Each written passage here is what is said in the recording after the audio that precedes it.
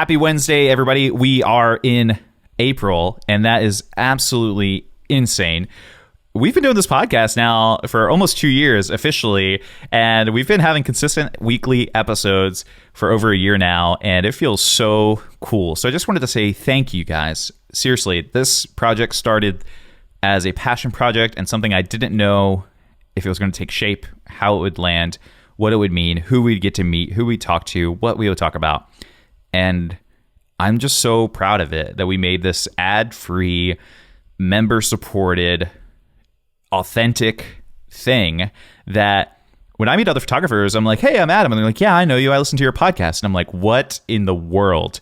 And it just means so much that we could create a resource that was open about things that need to be talked about in the industry, both big and little, both fun and not fun, both marketable and financial, and both, you know, free and things that won't make you money necessarily, but things that might make you happier. And so today, speaking of being happy and fulfilled, I want to talk to Montana Dennis, good buddy outside of California. He's an incredible photographer, but more importantly, I just love the way he makes people feel, honestly. And so I wanted to kind of have a conversation with him just about his brand voice, how he found himself. He's been in business for about 10 years, and I just wanted to kind of talk to him about the ebbs and flows of what that's looked like for him. So really insightful conversation, really, really deep. So pay attention to this one. And without any further ado, here's Montana.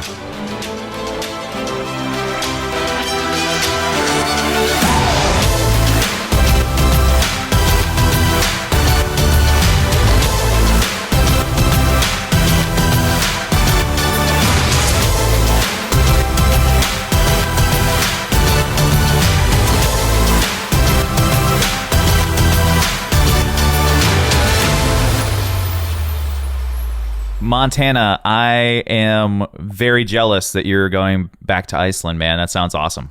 It's going to be amazing, man. I'm stoked. Have you been before? No, I've never been. Never been to Iceland. I feel like if you're a photographer, you have to go to Iceland now. Like that's a prerequisite to being a professional photographer. It's a pilgrimage, or it's our Mecca, if you will. Yeah, and if you're gonna go to Iceland, not for anybody that's like, you know, loves smoke bombs, but if you're not photographing in front of a waterfall or have a smoke bomb in somebody's hand, again, you haven't made it. So I'm looking forward to doing at least one of those. I love it. That actually gives me an idea. So we talked about this over email. I've been to Iceland 5 times now, and it's but ironically, I've never shot a couple there. It's always been for fun, or I led 2 groups of friends on kind of like a tour there, and because I just wanted somebody that like knew cool stuff. And I was like, well, a photographer is going to show you, you know, beautiful things if you want. And they're like, yeah, that sounds awesome. But now you just gave me an idea. It's like, I want to just do like a downtown Reykjavik session, you know, like no waterfalls, nothing, just downtown, and be like, oh, so this is also Iceland. Be like, yeah, like obviously there are waterfalls, but you know, I'm sure this means a lot. This is where this couple lives. They didn't live at the waterfall, you know, it's not where they're from. Yeah. Well, and that's the thing too, is like, I agree with you. I mean, you can put a couple in front of a beautiful backdrop any day of the week, and it's going to be a beautiful photo. I think what I love about creating anywhere, and including Iceland, well, I haven't created there yet, but is to just show people like you can actually create anywhere you go with anything that you're provided with. So if you're provided with a great, you know, a beautiful backdrop like waterfalls or, you know, snow-capped mountains, awesome. If you're not, then you can still create beautiful photographs. So that's awesome. Right. No, dude, that literally a light bulb just went off because, you know, one, for people who don't know, Montana, this was not even supposed to be a shout out to your workshop, but Montana's leading a workshop in Iceland. It's awesome. It might be full or ongoing by it'll be already back by the time this goes out. So Montana has just led a workshop out in Iceland. And, but I think, when you go to workshops, and I've even been, this has happened to me too, is kind of like what you just said is, you know, they might go to a workshop in Iceland or somewhere that looks cool, and they'll have a good, encouraging teacher like you who is like, yeah, guys, this is what you can do. And this is the couple we have, and they're down with whatever. And it's almost like bowling with bumpers or riding a bike with training wheels. But the idea is that I think when you go to workshops, you almost want to encourage people like, guys, nothing is different about this situation than your situation back home in Ohio or Iowa or Baltimore or whatever.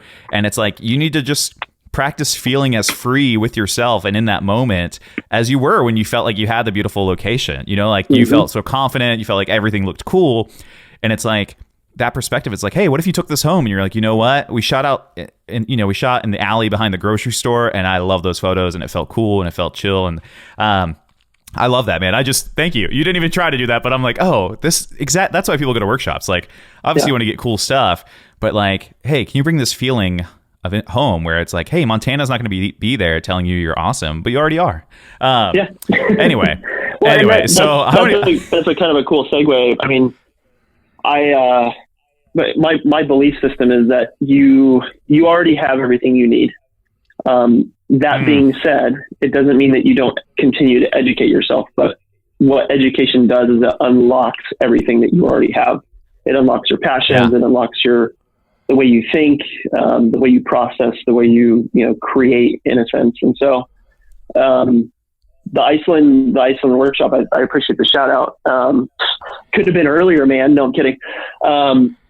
The goal of the Iceland workshop is to show people, and it doesn't actually, this applies to all businesses, all walks of life, I believe, which is if you don't have clarity on what you're doing, or unity in how you do it, to your actual focused beliefs or vision, it's not going to matter what you do or what systems or what tools you have. If those things aren't aligned, then you're going to be constantly chasing somebody else's idea or, somebody else's system or process. And I think that's key in teaching, some of the foundational beliefs and especially as educators. I think it's really important to keep people focused on not only the tools or the updated systems or the new products that are coming out, and how we do things, but at the same time, hey, what is it that you actually have and how can we cultivate that? Right. No, that makes perfect sense. That's one thing you just reminded me of, people talk about imposter syndrome, and we've even done an episode on it before, but one of the things, this is something I've never thought of before, is imposter syndrome. A lot of times we're thinking about oh, I'm not good enough. We're comparing ourselves to other people and we're using that as our leverage. But I've never thought about it as we're always chasing, we say, hey, Montana shoots this way. Or again, we kind of talked about Sam Hurd before we started, and, he gets lots of people who want to shoot like him. Right. And they're like, all right, I'm buying a Prism. We're going to get down. We're going to do this. But oftentimes too, one, we follow the creation of somebody else and what they're making. But oftentimes, what I found, and this has even gotten me off track, is I made my goals somebody else's goals as well.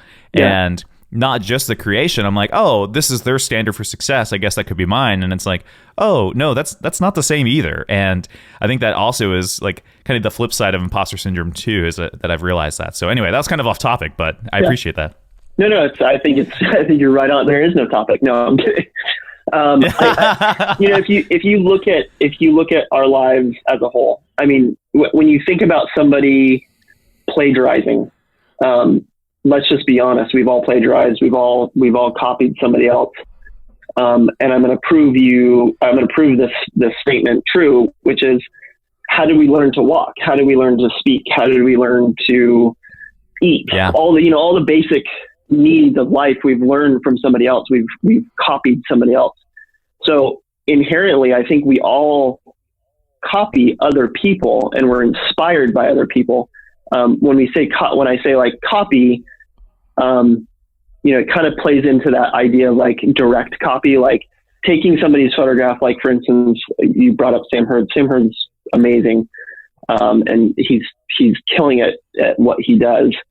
And there are a lot of people that want to copy him. And I don't think there's anything wrong with being inspired by somebody or infusing what they do into your work. But if you're going out and creating photos that are exactly like his in the same spots, same basic setup, or taking his image and copying it, then that's when it becomes, actually it doesn't really matter who the creator is. It's not helpful to you. If we take 100%. Our own personal self out of that equation, it's just not helpful for the person copying, because the person that's creating it has their own mindset. And if you're chasing them, and they go a different direction and you kind of get lost in the dust, it's like, oh crap, then you had no passion in the beginning. So yeah, I agree. Yeah, no, I mean, it makes sense. It's like the idea of, why it goes back to everybody always talks about why, but it's like, why did you take this photo? Well, I wanted a photo like this other person's that I saw. And when I saw their photo, it made me feel this way. So I'm chasing that feeling. But eventually it's like, no, you're more, and again, if we copied off of friends, you go, we've all done this. You walk into your friend's house. Like my wife and I just bought a home like a year ago, and you go into other people's, thanks, man.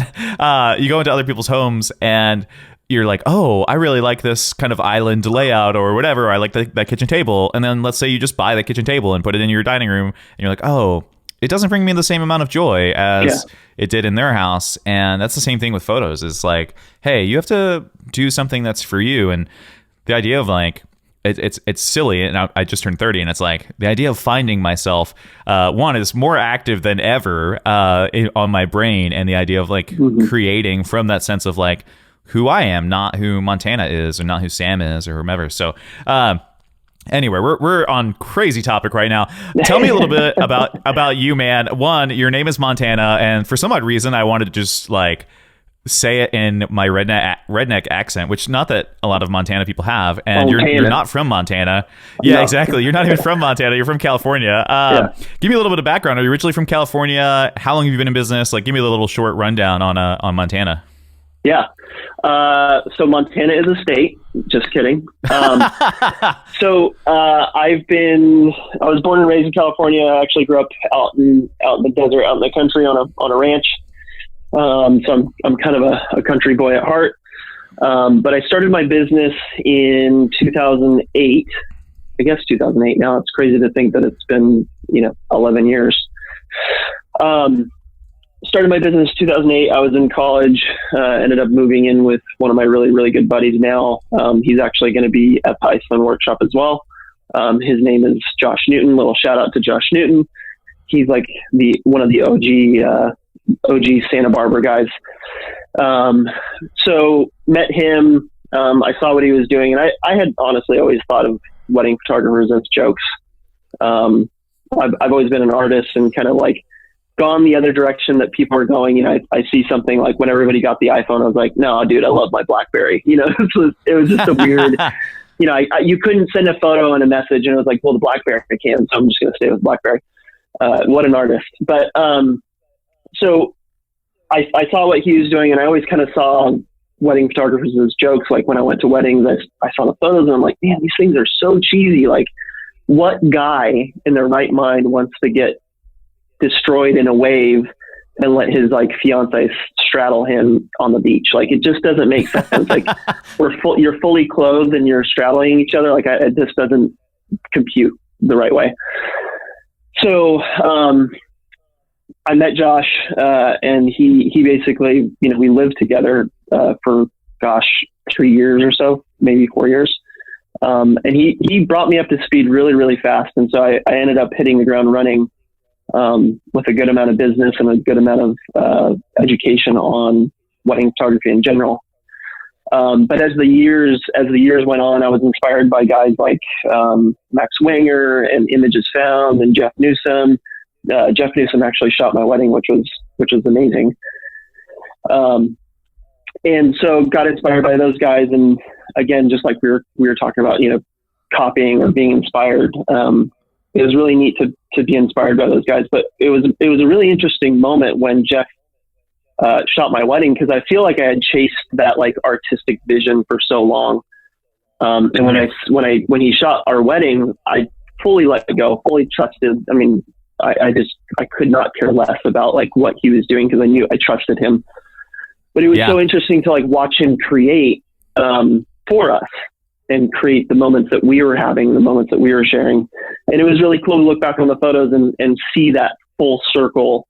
Like, this is my career. This is what I do. And this is the responsibility that I have. And, so yeah, when, kept going in the business and, I've really, really come to this point in my life. You talked a little bit about like finding yourself or the why or who you're serving. And it's become very, very apparent to me that my passion is for couples. I love weddings. I love all the stuff that goes along with it, but I'm sure there's a lot of photographers out there. They just, they care about one thing, a little bit more heavily than the other. And again, my focus is becoming more on couples, just because if a photograph can tell a story, one story, if somebody can walk in your house and see that photograph and go, oh my gosh, that's beautiful. What's the story behind that? And that story can positively impact somebody's life. What is that story going to do for not only the couple, but their kids someday, or their family that, comes and visits, or the friends and family and community and the businesses they're in? What is that photograph and that story and that anchor to the actual moments that they're creating in their real life going to do for their lives and the lives that are affected by it? So in a brief synopsis of 11 years of doing this, that's kind of what it's come to. And that's coming from a very, very real place in my life, with my parents and things like that. So I'd love to, expand on that a little bit more, but that's kind of the gist. I love it. Is there, what was it like starting out? Did you might have mentioned this, but did you overlap? Did you have a full-time gig? Were you, like I just talked to somebody and they were working at Guitar Center when they first bought their first camera. Yeah. Like, what was your gig? And then did you overlap? And when did you go full-time? When I went to college, I went to college in Santa Barbara, and I was actually going back and forth. I basically, my hometown was 2 hours away from Santa Barbara, so I was driving 2 hours back to Lancaster, California, to continue my job, because I was working with my dad and doing like construction and things like that. And so I was still doing construction, full-time school. And then when I started photography, obviously, I wasn't making a ton of money, but I was making enough to kind of supplement in some of that, the hours that I was working, aside from school. And once I graduated, I think I don't quite remember, but I think I did like maybe 6 more months of construction work. I was doing like, tenant improvements on commercial buildings and, property management type stuff, lawn care and all that kind of stuff. So I'm very, very well versed in lawn care. If you have any questions, just in case. And then after that, basically hit the ground running. I mean, I loved shooting with Josh and photographing the couples that I had photographed. And it was a blast. I felt like I had, a huge impact on people's lives. Like, it was like, you get to capture somebody's memories, and like, what an honor that is, to be a part of. So yeah, I would say I was mostly doing construction, and then for about 6 months into when I started photography, which was again 2008. I think 2009 was my first full year. And then 2010 was when I graduated, and that was pretty heavy. So I think I shot like 25 weddings, 25 weddings. And then I second shot a bunch. So I probably shot like 35 weddings that year. That's incredible, man. You've been in the game for a while, like as far as this industry, it's a very young blood kind of industry. You've been in for a while, man. That's awesome. Yeah. I guess I need a cane now in respect to the young blood coming in. Exactly. How old are you now, Montana? The good old age of 33.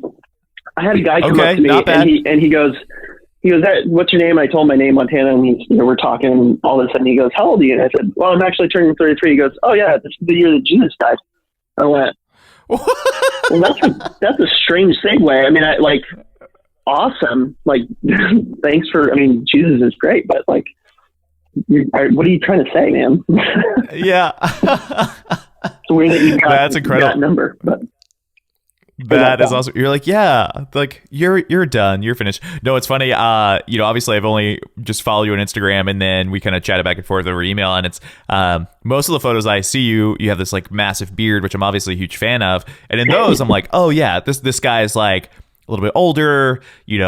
I'm pretty sure you're a dad. I'm like, okay, yeah, he's got the dad life. But then there are photos of you where you're almost clean shaven, and I'm like, oh, oh yeah, this guy's not he's not 45. He's, somewhere closer to my age. That's he's awesome. I love it. Not an old crotchety man at all. But I think having a 16-year-old does kind of make you a crotchety old man, just because you're just not cool anymore to a teenager. Right. That's absolutely. I love that's not true. I'm totally cool. Hey, I mean, you're cool to me. So, you could tell her that. I'd be like, hey, there's a random 30-year-old bearded man in DC that thinks I'm cool. So, yeah. So, you've been doing business for a while now. What has it been like just running? What has been the progression been like for you? Do you have a certain number of weddings that you only shoot per year? Do you have any associates or anything like that? Like, what is running your business and what has building it looked like over the past few years now, like more recently? Man, that's a great question. And to be very honest, and I'll be very candid here for a little bit, and then I'll go back to surface level. Just kidding. It's really interesting. The span of 11 years of business. In the very beginning, I would say like the first 4 years, you're just kind of like making things happen. You have this passion, you pick up a camera, and I've always been an artist. So loving the speed and the creativity and the turnover is very, I would say, kind of intoxicating at the first portion of my business, at least. And then what happens is that you reach this level and you go, cool. Well, now I've kind of gotten to this level where people kind of know my name, and clients are coming in naturally, and mostly word of mouth. And you kind of ride that for a little bit. And so that's what I did. I wrote it, and it was, it's been a blast the whole time. But speaking on some of the stuff that we talked about, which is like losing the vision for what you're doing in 2016, end of 2015, 2016, I thought I was going to make my way out of the wedding industry or the photography industry. Not completely out of it, but I was like, I think I'm just going to try and transition out.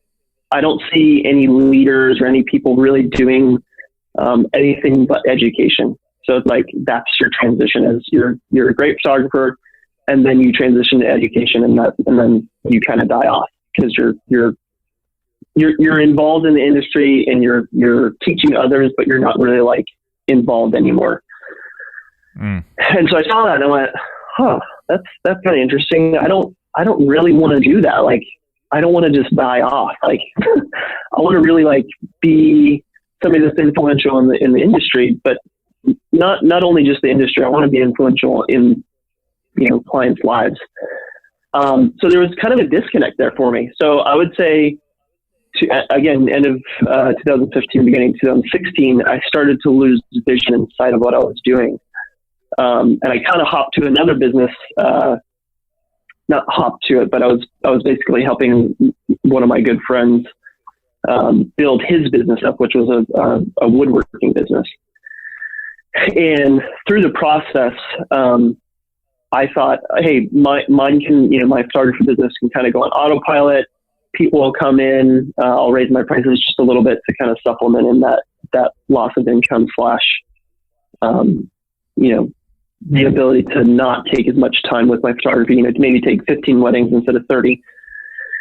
And through the process, not to get too deep into it, but things kind of fell through with that.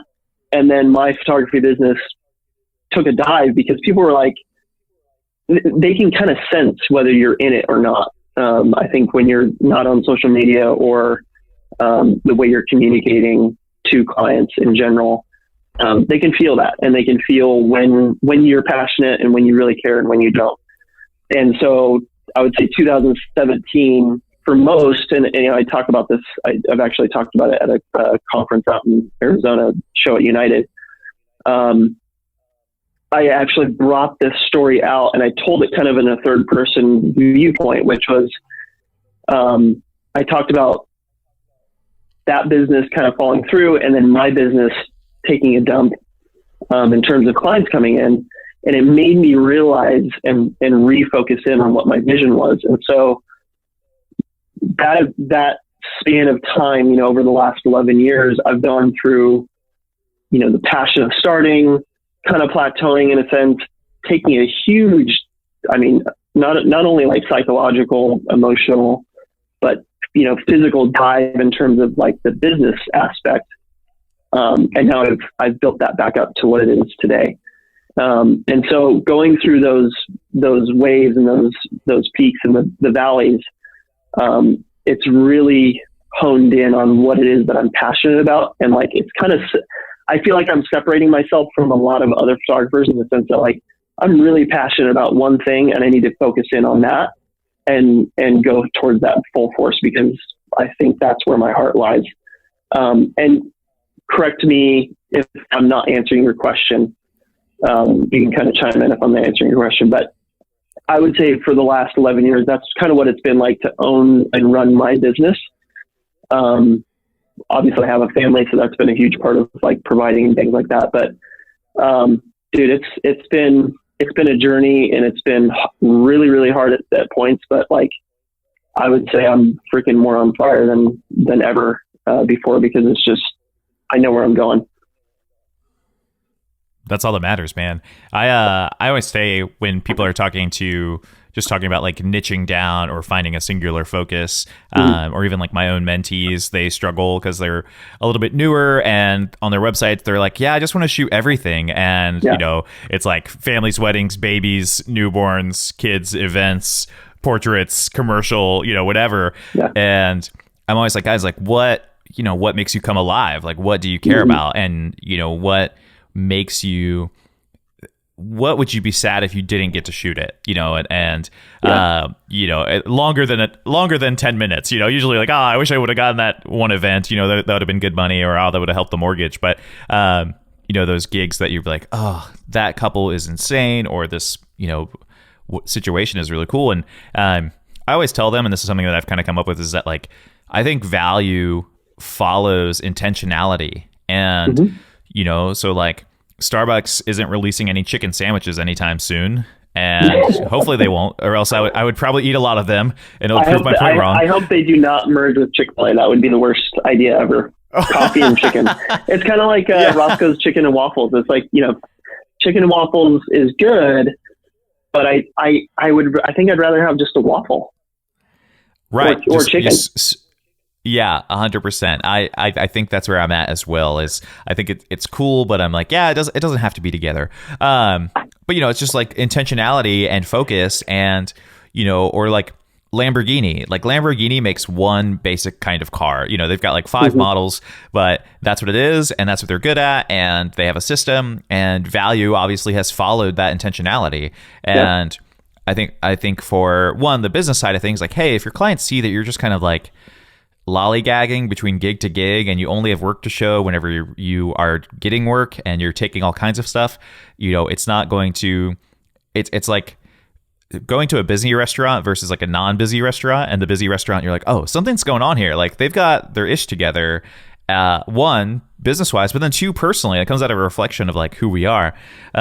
So no, you totally answered the question. I loved it. I wasn't really sure what was going to be the answer, so it was awesome. Yeah.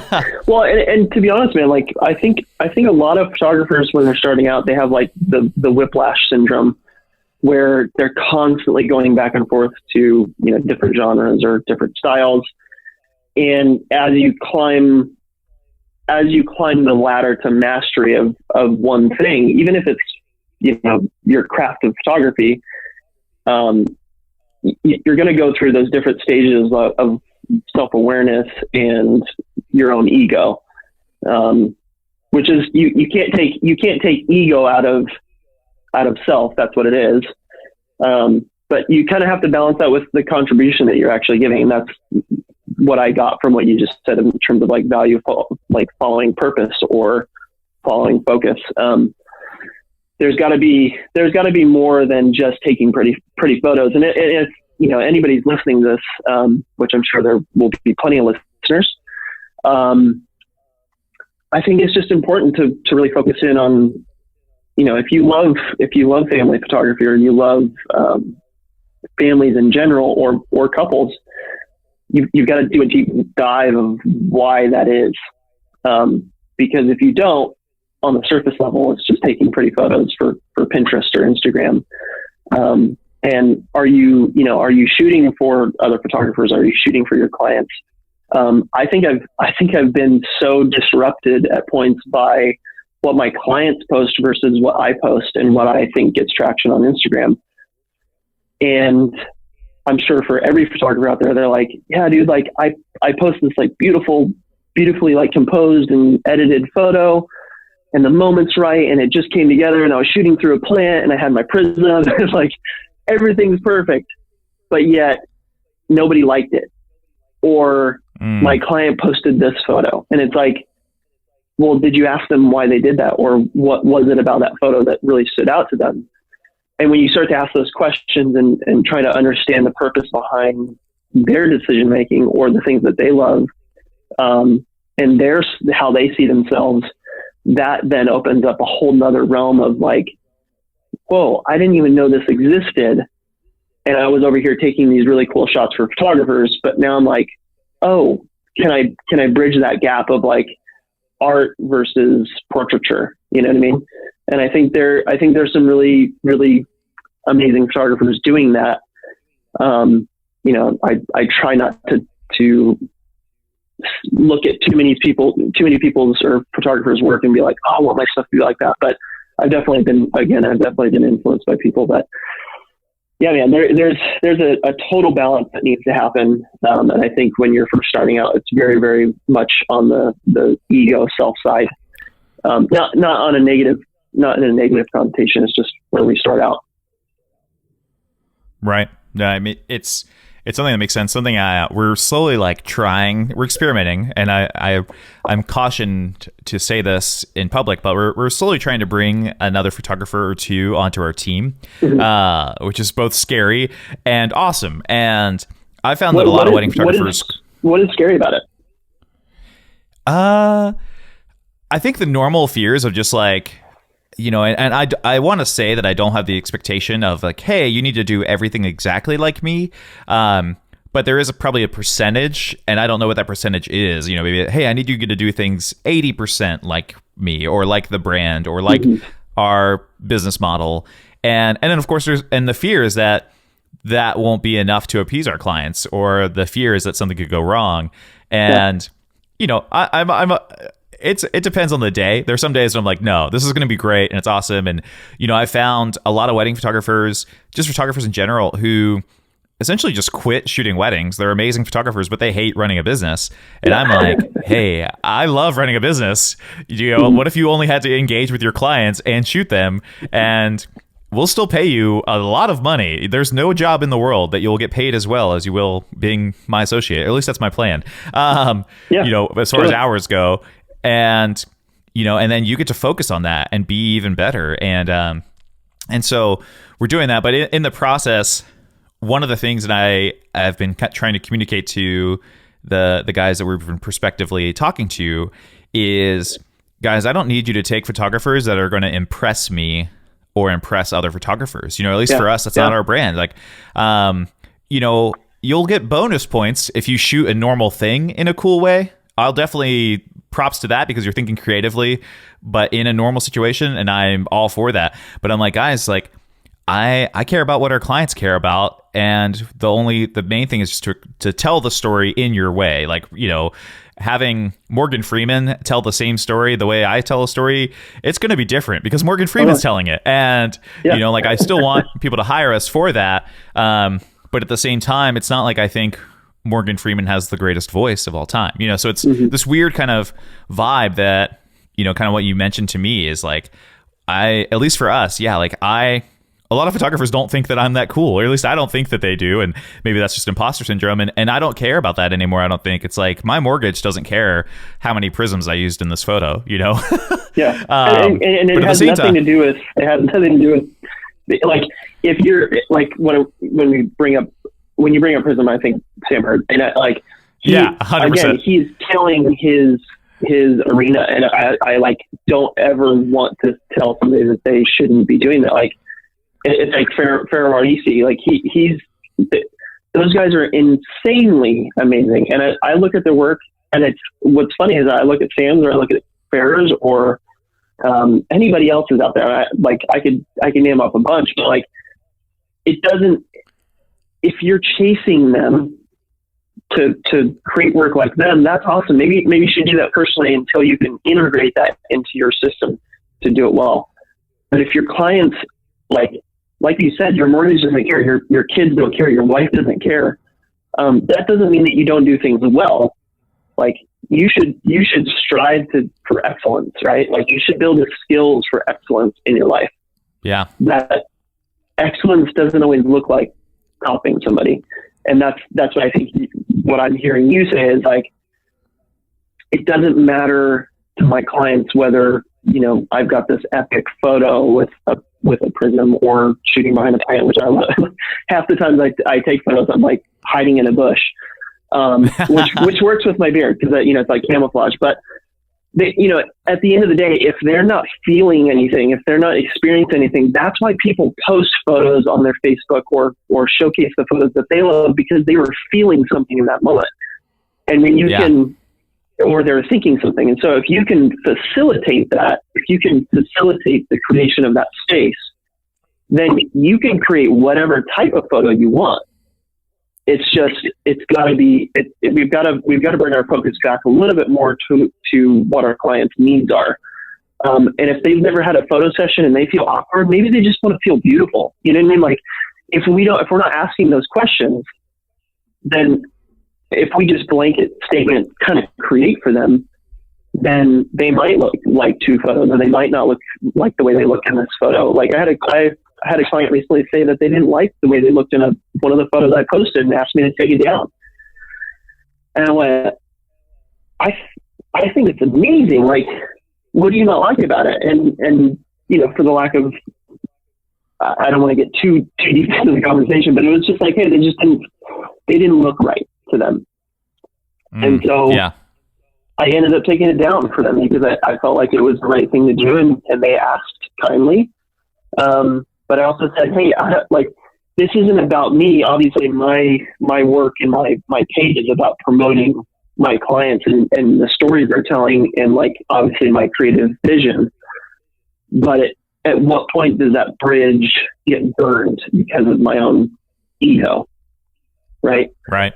So I agree with what they're saying in the sense that, like, it's not going to matter in the long run. What's going to matter is the vision that you have for your clients and your life and your business.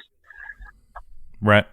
No, it's I think, at least for you and I, and probably some other photographers, it's what I found, and the way to kind of articulate this is, my couples will share an image when it most accurately represents how they felt in that moment, or, sub flowchart points, or they just look amazing and they're like, yeah, I feel confident. That's so cool. But I found, there's a lot of clients. We're totally getting deep here, but, one of our branding values for us is, like, we exist to eliminate fear. And people are like, oh, you're a photography company, you should talk about, like, oh, we want to take pretty photos. And I'm like, no, like, my job is to make people not have fear. And which sounds bold, right? But for me, that's one of my biggest things. And again, like, even talking to you, like, if we were hanging out in California, like, that'd be my biggest goal, just to help Montana be the best, whoever Montana wants to be. And because I think that's the greatest goal. And then if there happens to be a camera around, awesome, but it's more than that. And but there are some couples where, and this is just human nature, where you can't eliminate all their fear on wedding day. You can't eliminate 30 years of pressure, and fear and mom's comments and who knows the negativity that they've experienced, where they can't. We've all had those clients where there's some on wedding day when they feel totally free, and you're almost like a proud dad, and you're just like, I'm so proud of you for just, being present and being cool and being chill, and it's the bad weather and they're totally fine, or they're like, yeah, we'll lay in the snow, or like, well, of course we would go out in the snow. Why won't we do that? And I don't know what that's like out in California, but we always have on the beach. You're like, oh, I happened to bring my motorcycle. Would you get on it? No. And so, and then we've had those clients that are like, hey, are we done yet? And and I get less and less of those, but it's still, I mean, it happens, and people clam up, and it gets scary. And it's one of those things where, at least for me, and I feel like you as well, is if we treat this job like it's bigger than what we might on our bad days think it is, which there are times when I'm just like, you know what, I just take pictures for a living. Like, my wife is working on her second master's. She's a genius. I literally just press a button. Not those days, but if we're like, you know what, like, this means so much more, and we truly believe that, it goes back to the business side of things. It's like, people will pay more for people that care more, you know, like a Finnish carpenter who does Finnish things and like really small details is a different price than a guy who's going to frame up your shed for you. And those guys both care, but one guy cares about the details. And, it's so much more than just woodworking to that guy, and so much more than photography to us. And I don't know, it's just important. So anyway, there's a duality to that, right? You've got to balance the difference between like your the things that you want to do versus your contribution, and then like even the balance between being discontent with like your current position. So like, for you as an artist or as a business owner, like you constantly want to get things better and make things work smoother and automate things that can be automated. So getting to that level of mastery, in a sense, allows you to be more compassionate and more able to focus in on caring for people rather than pushing a button, right? Because like learning the techniques of photography is one thing. Learning how to edit a photo, so that, I mean, honestly, like, how I developed my specific editing style is through working images that I shot incorrectly. And then it opened up this world, and I went, oh, that's what that photographer is doing. That's probably how they develop their style. Kind of shooting underexposed or shooting with your highlights in mind. It has always been a thing, but developing that technique and that ability to like master the craft allows you to. It's kind of like how I look at like hold fast straps. Like those straps allow me to be a master when I'm on, but the rest of the time they allow me to be a human, because I don't always have a camera in my hand. Like most of the time, it's not taking the photo that matters. It's the fact that I can make people feel comfortable, and they feel like they can be themselves. So that's again, it's like a tool. A tool is only as good as you allow it to be. So that you can, again, be yourself. Right. 100%. I love that, man. Dude, so tell me what's going on in your life, man. So at the time, once this comes out, we'll just finish the Iceland workshop and we'll just pretend that it was amazing. But, awesome.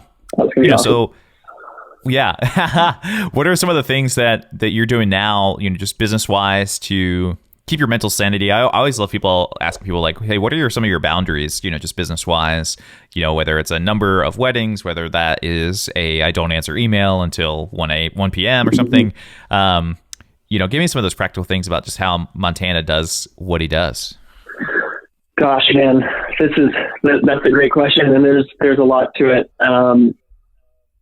I will say that, how you do the small things in life is how you're gonna do the big things in life. And so something that I've been trying to master in my own mind and heart and like just daily life. And you should ask my wife this question, because she'd be like, oh, well, Montana's good at communication because he's an artist. Like we literally just had a conversation about my ability to communicate, and I'm constantly working at that. And I'm humble enough to say that I'm not perfect in any of these areas. So for anybody listening, like, don't take what I'm doing as being what you should do, but take it for what it is, if I can speak correctly, and use it the way you need to see the similarities, the correlations in your life, and use them. But I would say, speaking on boundaries first, one of the biggest things for me is getting enough sleep.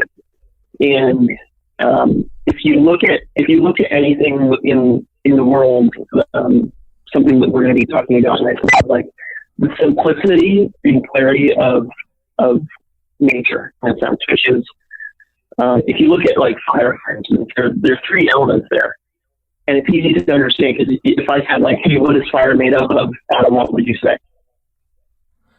I would say air and carbon, and I got nothing. Yeah, well, I mean, oxygen, fuel, and heat, right? Yeah. And we can all understand those things. So like, if we kind of break our life into three, or like our daily life, our decision making into three parts, we can easily understand them. And one of the things that I love about Donald Miller's Building a Story brand is like, if you can't break things down in the simplest form, then it takes too many calories in your mind to really understand them.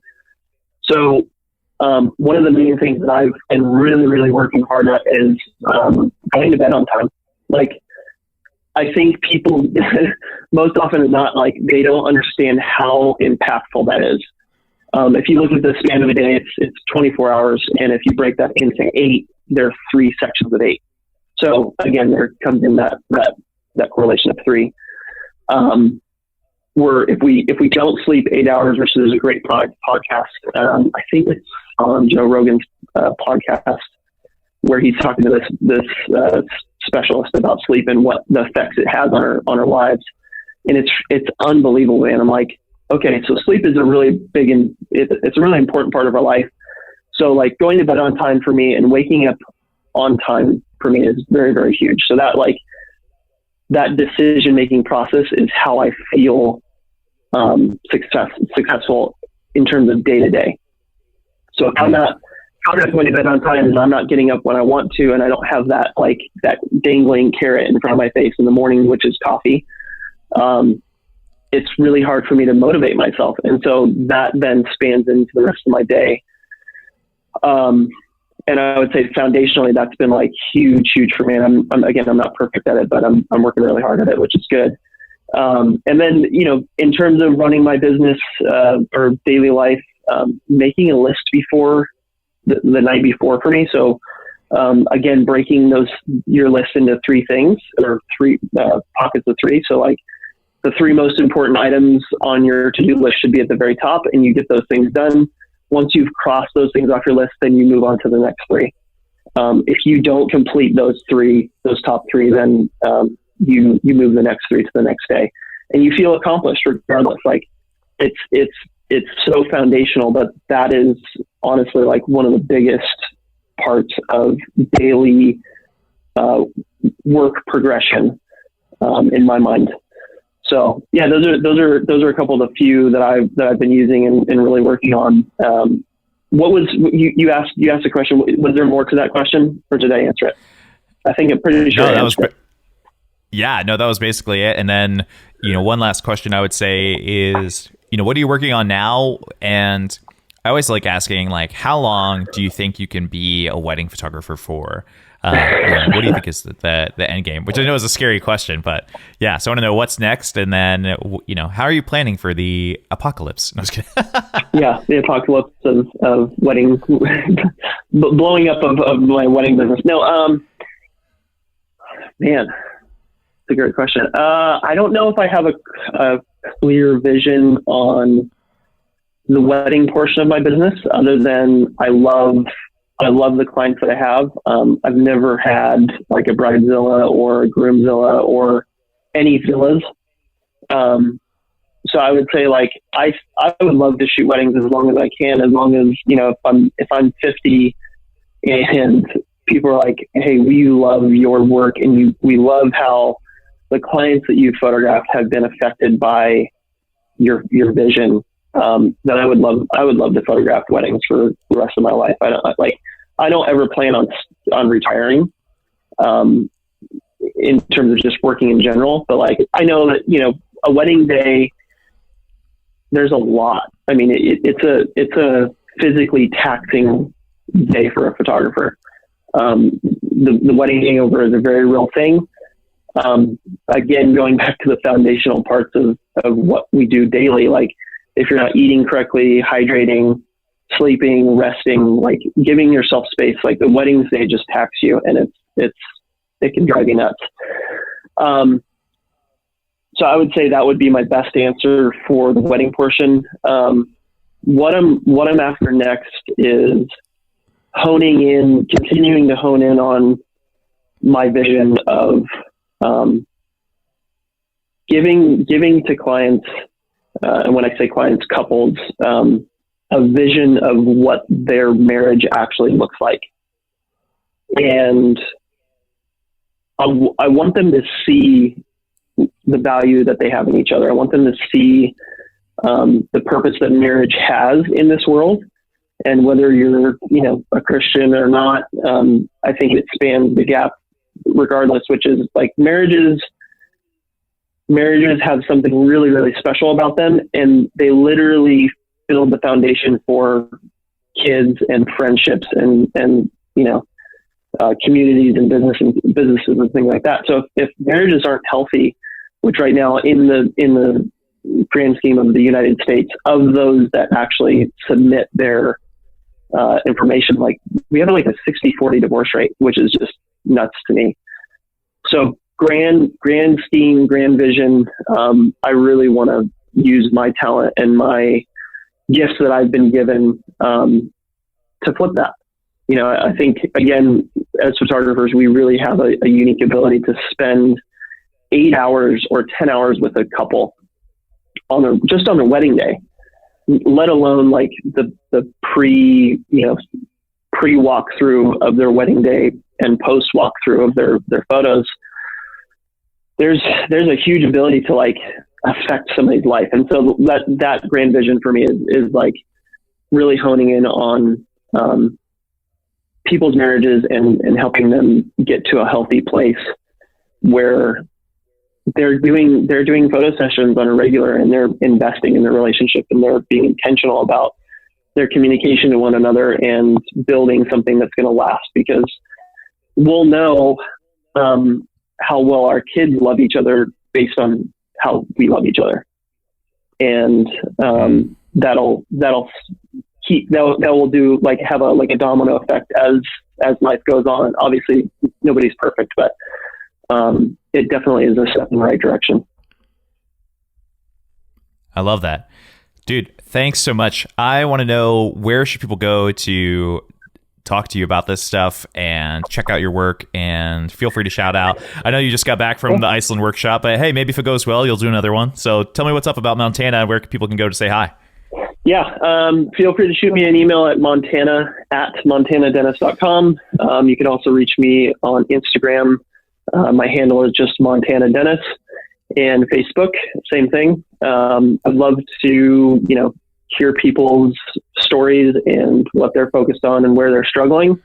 Because my goal is to, obviously seek good information and seek, the golden people, because I really do believe like everybody has amazing things in who they are. Like I said in the very beginning, like you have everything that you need. It's just that sometimes the communication can be off. So if you have questions, if you have needs in terms of your business or just even personal life, like shoot me a DM in Instagram or shoot me an email. Love to hear from people. Awesome, man. Thanks so much. Thank you. Well, that was obviously incredible, and I know we always talk about it. I want to say thank you to Montana for just showing up and being honest and being vulnerable and being open with kind of the subjects that we were talking about. If this encouraged you even just a little bit, or you have more questions about kind of what we were talking about or what this means, and a lot of times questions like this can either empower somebody or they can make somebody feel even more fearful when they hear a conversation like this. So feel free to reach out over DM at The Bearded Tog or at Montana Dennis. You can talk to either of us and just say, hey, tell us what you thought. What are you thinking? What are you struggling with? What is something we didn't touch on that, you wish that we would go on, between this episode and Phil's episode with like defeating self-doubt and being creative and being intentional. Those are things that, again, they're not marketable in the sense that we talk about them and they're really awesome and amazing, but they're important. And so reach out if you guys need help, and would love to chat with you about that. So thank you guys so much for everything. Have a wonderful day. Leave a 5-star review on iTunes just because you should. And I think it really helps the show. Have a wonderful day, guys. Keep being awesome.